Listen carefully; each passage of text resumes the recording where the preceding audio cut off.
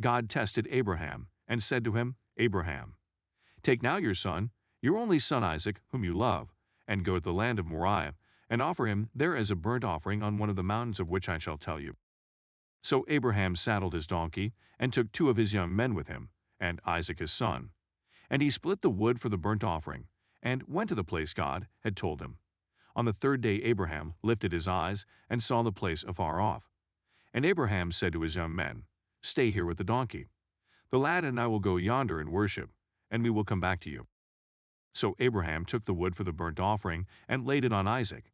And he took the fire in his hand, a knife, and the 2 of them went together. Isaac spoke to Abraham his father, and said, My father. Look, the fire and the wood, but where is the lamb for a burnt offering?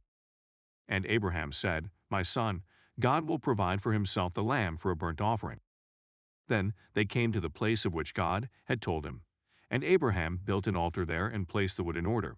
And he bound Isaac his son, and laid him on the altar upon the wood. And Abraham took the knife to slay his son. But the angel of the Lord called to him from heaven and said, Abraham, Abraham, do not lay your hand on the lad, or do anything to him. For now I know that you fear God, since you have not withheld your son, your only son, from me. Then Abraham lifted his eyes and looked, and there behind him was a ram caught in a thicket by its horns. So Abraham went and took the ram, and offered it up for a burnt offering instead of his son. And Abraham called the name of the place, The Lord will provide. As it is said to this day, In the mount of the Lord it shall be provided. Then the angel of the Lord called to Abraham a second time out of heaven, and said, By myself I have sworn, says the Lord, because you have done this thing, and have not withheld your son.